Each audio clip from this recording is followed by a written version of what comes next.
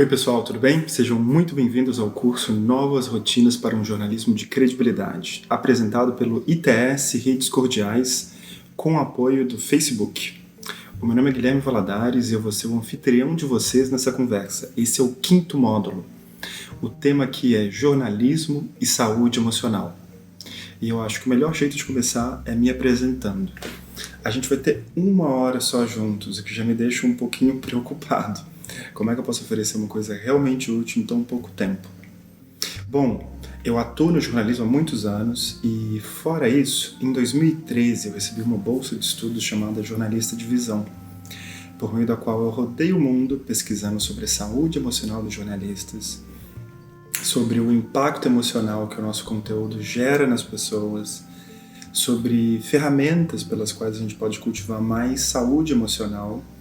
Eu pesquisei também outras perspectivas, outras maneiras de fazer jornalismo. Em paralelo a isso, eu me certifiquei em uma metodologia chamada Cultivando o Equilíbrio Emocional. Eu fui formado professor e desde então eu tenho conduzido grupos de equilíbrio emocional em diversos contextos. São Paulo, Rio, Porto Alegre, com pessoas do mundo judiciário, com grupos ligados à equidade de gênero, com jornalistas. Ontem mesmo eu estava com um grupo de 75 jornalistas. Então é um pouco dessa minha experiência, tanto exercendo jornalismo, como pesquisando sobre a nossa saúde emocional, como trabalhando com o tema, conduzindo grupos focados no cultivo de equilíbrio emocional. É com tudo isso que eu pretendo oferecer para vocês uma espécie de um kit de primeiros socorros emocionais para jornalistas. Eu dividi o nosso encontro em vários pequenos blocos para ficar mais fácil de navegar e não ficar tão chato me assistir durante 1 hora. Então isso é um pouco de onde eu venho, a metodologia que eu ofereço. Junto aqui do curso vai estar para vocês links para vocês investigarem tudo sobre qual perspectiva é essa, né? O que eu estou oferecendo aqui. E vamos então avançar. Eu quero contar um pouquinho mais sobre a profundidade com a qual essa metodologia Cultivando o Equilíbrio Emocional está conectada. Ela surgiu inicialmente por meio de conversas no Instituto Mind and Life, no qual grandes meditantes se encontram com grandes neurocientistas, pesquisadores, psicólogos, enfim, os maiores expoentes do Ocidente, com grandes expoentes do mundo da meditação, com as ciências contemplativas, né, como se diz, vem se encontrando já há décadas. E em um desses encontros, no ano 2000, o tema foram emoções destrutivas. Ao final desse encontro, o Dalai Lama estava presente e ele deixou uma espécie de um desafio, um convite para os meditantes e para os psicólogos e cientistas presentes. O desafio foi: por que vocês não se juntam e constroem uma ferramenta, um curso, uma formação que possa ajudar qualquer pessoa a ter uma relação mais saudável e construtiva com as emoções, juntando o que as tradições de meditação sabem de melhor com o que a psicologia e a ciência ocidental sabem de melhor sobre esse tema. Enfim, Alan Wallace e Paul Ekman se juntaram para produzir isso. Paul Ekman é uma das grandes autoridades mundiais no campo das emoções. Ele também foi o consultor daquele filme Divertidamente, da Pixar. Depois a sala de comando virou uma feira. Esse cheiro não tá bom, pessoal. Esse é nojinho. Basicamente, ela evita que a Riley se envenene. Brócolis. Eca! Toma essa! Esse é o raiva. Esse é o medo. Ele manda bem no quesito segurança. Então talvez vocês não conheçam ele por outros campos, mas por esse filme que é excelente, talvez sim. Ou por aquela série Lie to Me, na qual tem um cara especialista em reconhecer quando alguém está mentindo. E o trabalho, a maneira pela qual esse cara atua foi inteira estruturada com a consultoria do Paul Ekman.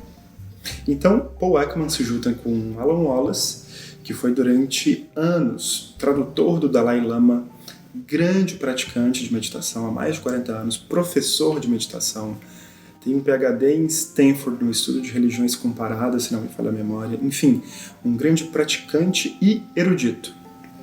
Se juntaram, desenvolveram essa metodologia e eles vêm formando grupos de pessoas em diversos países do mundo para que essas pessoas possam levar a metodologia para os campos onde elas atuam.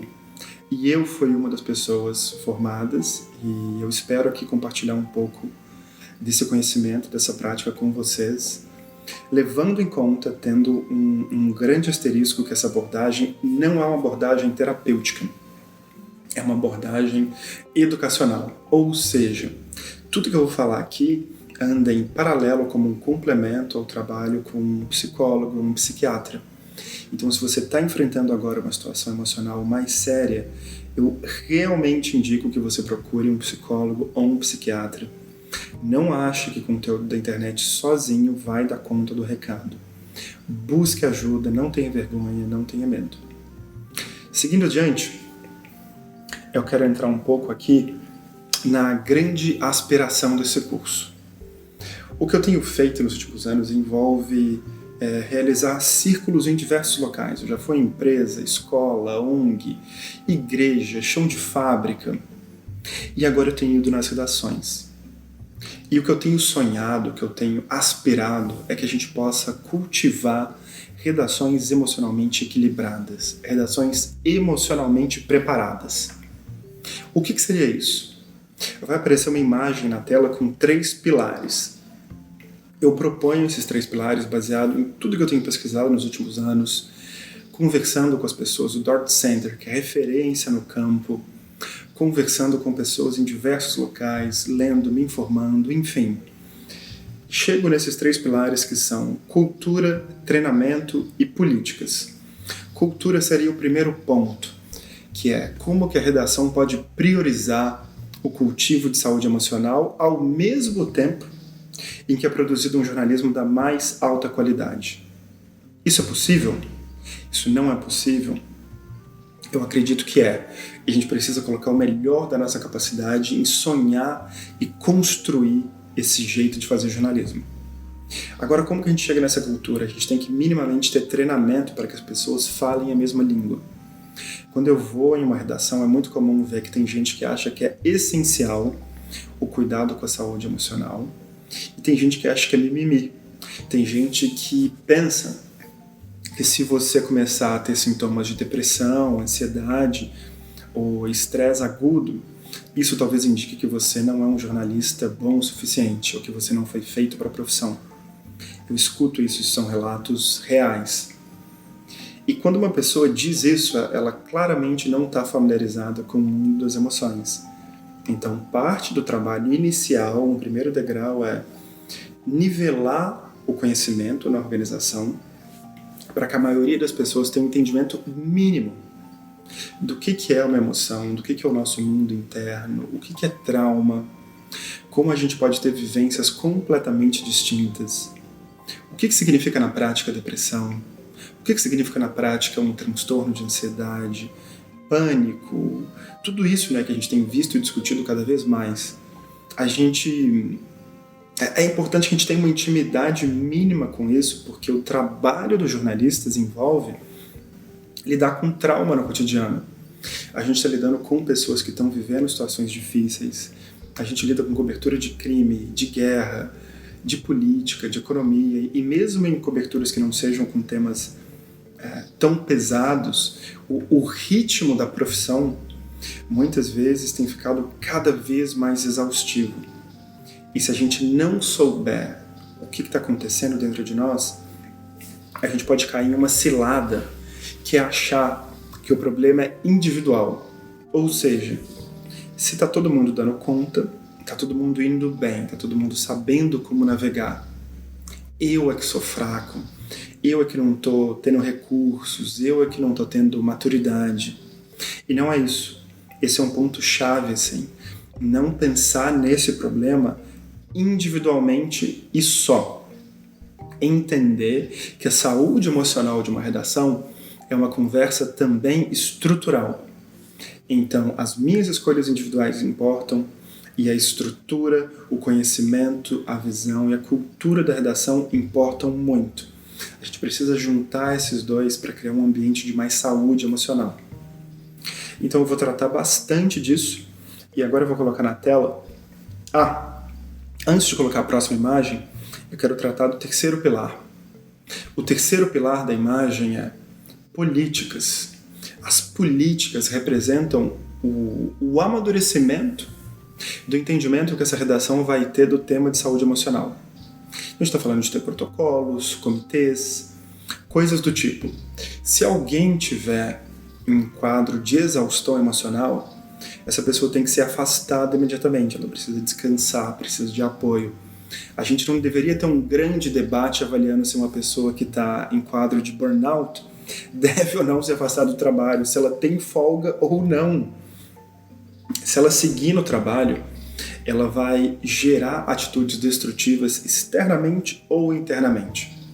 Ela vai se machucar, ela talvez pode machucar a família, o companheiro, a companheira, os filhos, machucar verbalmente, psicologicamente, às vezes até fisicamente. Ela pode machucar a equipe dela, os subordinados, quem trabalha ao lado dela. Então, se uma pessoa está em sinal de alerta, a gente tem que saber identificar os sinais. Um protocolo muito básico é afastamento. Isso é bom para ela, é bom para a redação, em vários níveis.